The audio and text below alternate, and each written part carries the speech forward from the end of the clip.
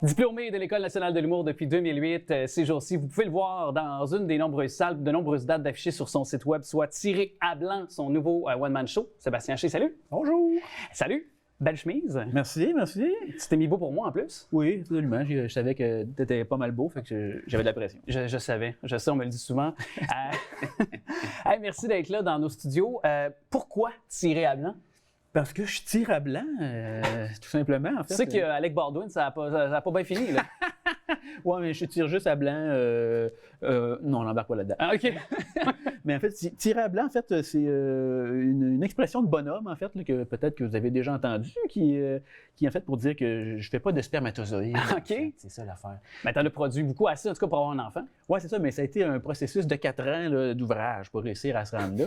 Puis le spectacle Tiré à blanc, c'est justement, je pense, ces 4 années-là que je squeeze en 1h15. Puis là, je vous explique comment j'ai bien pu réussir à avoir un enfant malgré que je sois aussi fertile que cette jolie table.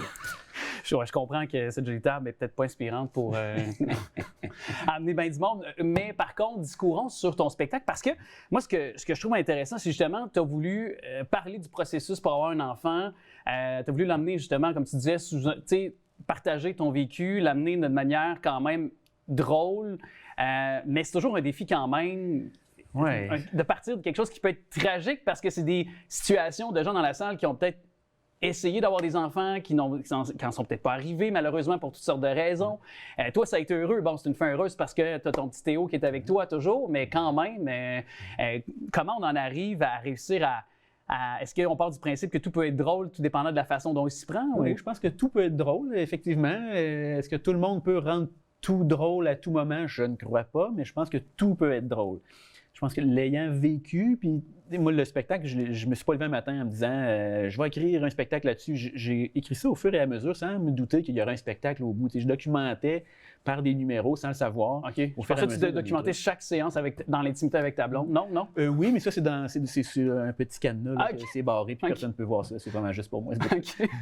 Fait que j'ai documenté ça au fur et à mesure. Puis moi, ça me servait un peu d'exitoire. Je faisais ressortir tout ce que je trouvais con là-dedans, nanana.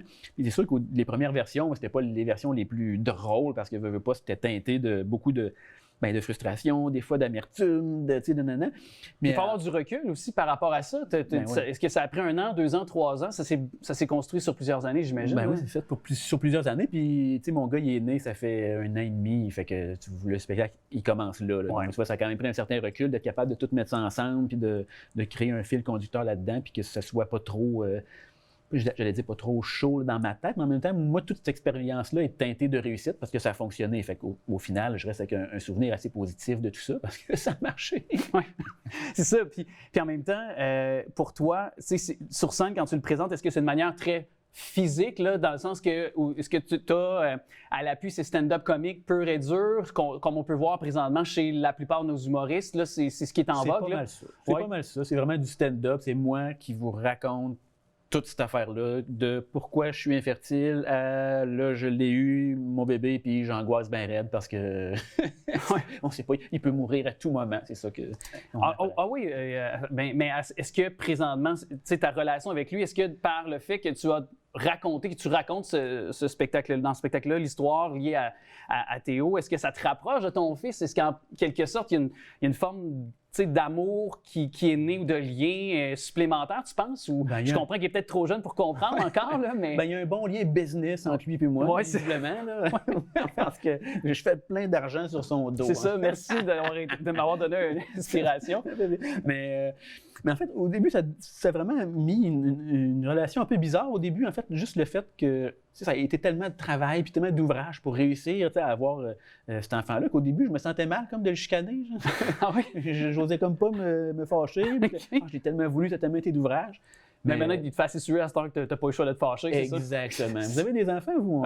Non, j'en ai même pas. Ah oui? C'est juste que je vois bien des enfants autour de moi que les parents n'ont pas de patience, sont à bout. Fait que c'est pour ça que ça me donne l'inspiration. Exactement. Pour aussi péter une coche des fois après mes neveux.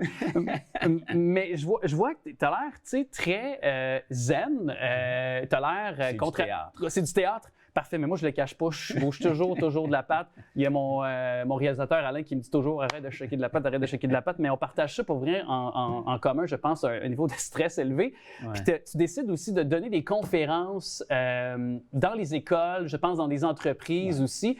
C'est quoi ton message quand tu te présentes chez eux? Parce que tu as dû maîtriser ta propre anxiété, ton propre stress, j'imagine, avant de pouvoir raconter tout ça, parce que tu es sur scène aussi, là, veux pas. Là. Ouais, ça, moi, je suis bien anxieux, puis je me suis dit, tu sais, pourquoi pas choisir un métier qui n'est pas anxiogène du tout, monter sur scène et faire rire les gens.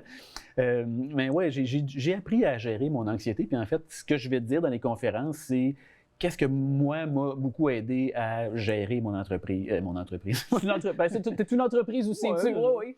Mais en fait, je suis plus là pour leur parler d'anxiété que d'entreprise.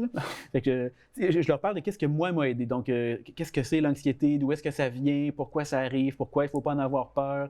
Je leur donne des outils pour gérer cette affaire-là. Fait que c'est un peu l'anxiété pour les nuls, en fait. C'est le même que je le présente souvent. Là. Puis je leur dis qu'est-ce que moi j'aurais aimé me faire dire à propos de l'anxiété. Qu'est-ce que tu aurais aimé te faire dire? Ben, j'aurais aimé ça me faire dire que c'est pas dangereux, cette histoire-là, que c'est désagréable, mais que ça change rien dans ta vie. La perception des gens, finalement, qu'ils ont sur nous, je veux dire, c'est parfois nous-mêmes, j'imagine, qui faisons la propre image ou les propres questionnements viennent souvent de nous. Oui, mais ça devient de l'anxiété sociale, ça. Là, tu sais, ce que les gens ils pensent de nous. Puis là, mon Dieu, il a dit telle affaire, puis ça veut dire qu'il m'haït. Dans ça, là, je suis bien bon là-dedans.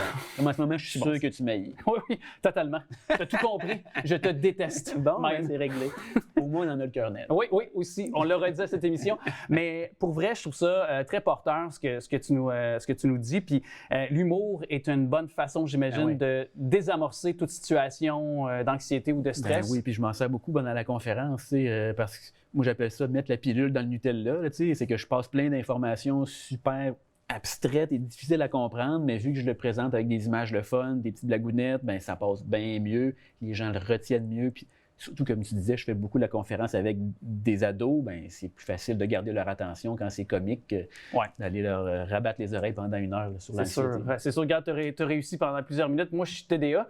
Tu as eu mon attention, fait que c'est clair que tu dois en avoir aussi dans les salles de spectacle et évidemment en entreprise et dans les écoles. Sébastien Haché, ça a été un plaisir. C'est une belle découverte pour moi. Je te suivais évidemment sur les réseaux sociaux. J'invite les gens à le faire, mais aussi encore plus s'ils ont été charmés par ta présence, comme moi je l'ai été, d'aller dans les salles de spectacle. Et toutes les dates sont affichées évidemment au bas d'écran en ce moment. Merci à toi. Merci, mon brave. À bientôt.